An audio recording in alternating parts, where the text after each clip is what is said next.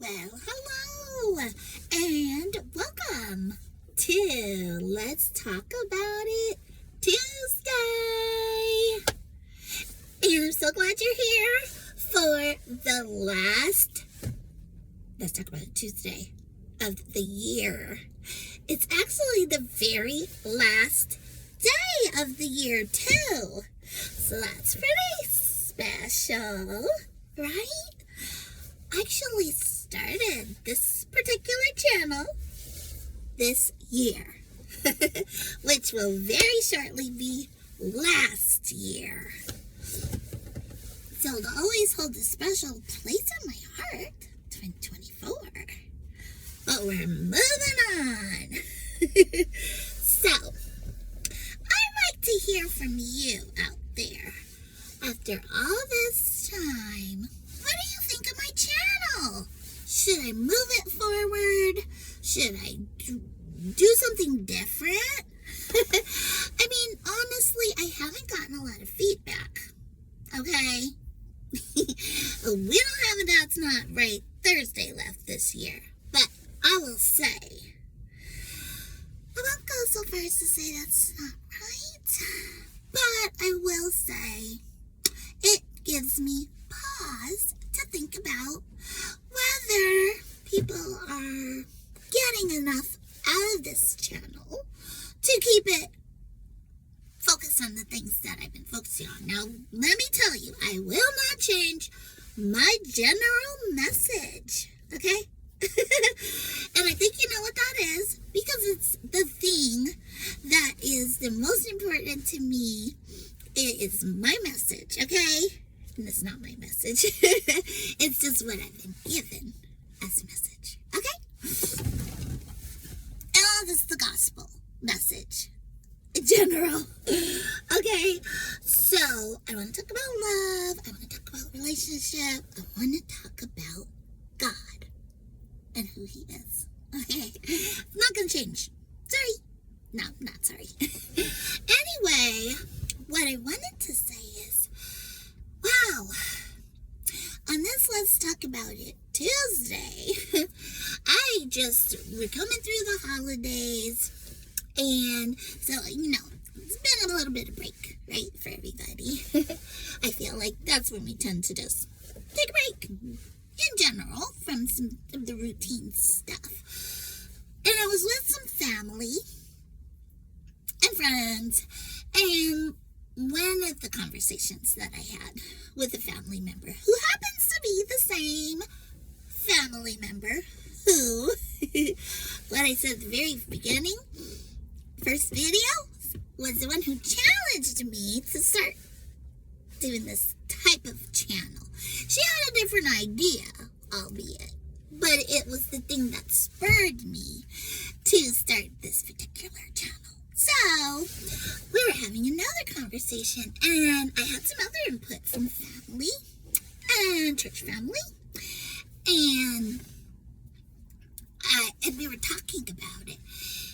Yeah, like kind of about content of YouTube channeling, and what they thought might be a good idea for me. Okay, because I was playing with some of my great nephew and nieces over the holiday with some puppets that I like to collect and I like to play with, and I do like to utilize in a way that sends my important message to people in different ways.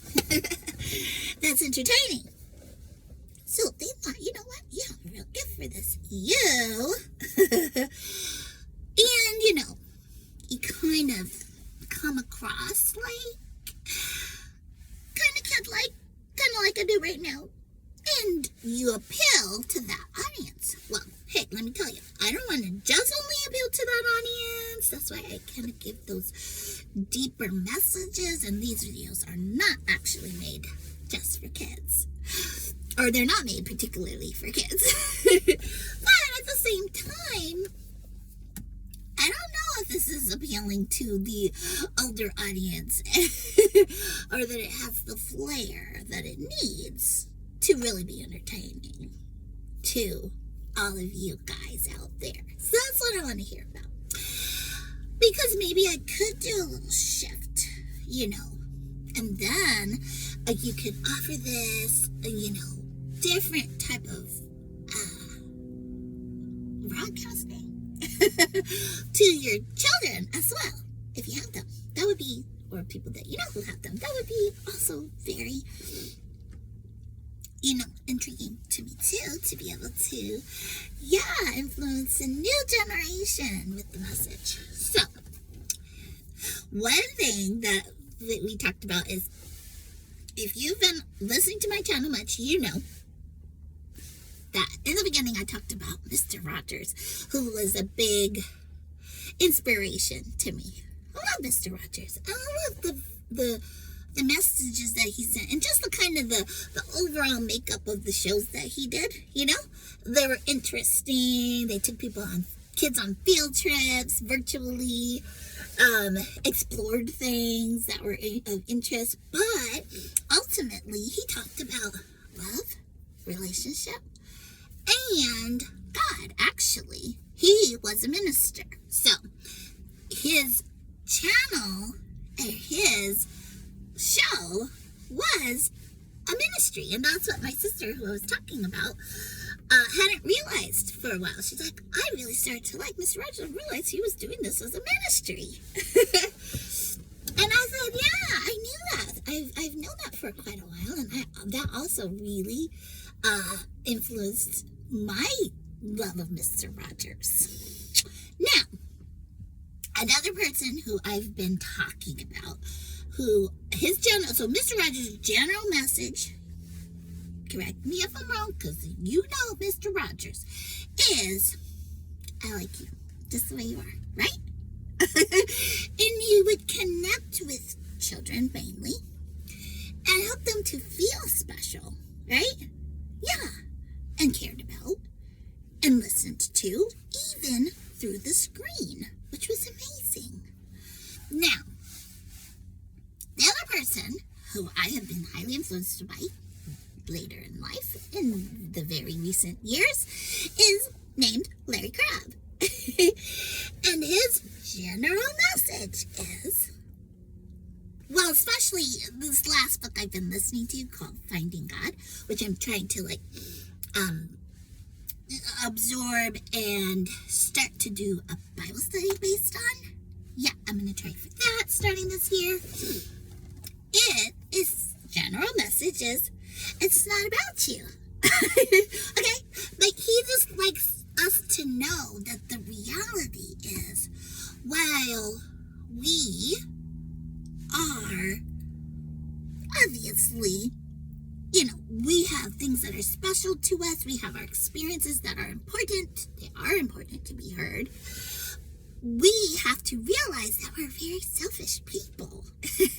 And we have to be able to step aside, separate ourselves from that sinful tendency. Okay? So, we were talking, my sister, about how do I combine those two messages, because they're both very important, right? It's kind of like the balance of my life, because a lot of times in church, around church folks, you will get the message that, you just follow the Bible, and if you do this, and that, everything's going to go really well for you.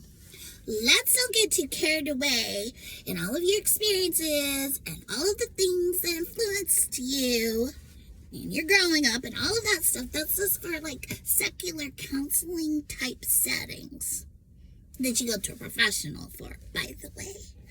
Okay, and relegate it to somewhere else, to actually listen to somebody's heart and helping them to understand,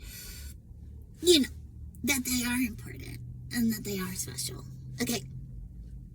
But there's also, and this has infiltrated the church, which Larry Crabb talked about in this book, the point where you can get too caught up in that, and it's like, well, you're so valuable and you're so special that becomes the message that it is kind of all about you. It's all about getting better and being your best self, and maybe focusing too much on that element of what we should be there as the church to nurture and to understand and how to guide into the right direction for freedom from actually self-centeredness, right? Even though, yes, and healing, but not like that being the main thing, like this life on earth being healed, healthy, and prosperous, in the ways that we think of it, and in the ways that we sometimes embrace a little bit too much as the church, okay? So, just this general messages that I'm trying to meld is kind of where I want to go in the direction of. So, I have taken, it's 11:11. Me and my friend always say, it's 11:11. We just check in sometimes. But that's how long it's been. It's going on a 15-minute video, which is kind of average for me. Once I actually paid for the longer video a potential, instead of having to always fit it into 5 minutes. And in the beginning, I was always just being cut off because I didn't have enough storage space. Remember that? Frustrating. This year, I hope to improve upon that and consistently. So, I think you'll have a lot to look forward to. Okay? But I just thought I wanted to kind of give that whole little spiel about this. Is me and my sister had this talk, and how do I put this together? And how do I present it? Do people want to hear my baby voice? Or do people want to see puppets and be more family oriented? Yeah. So, let's talk about it.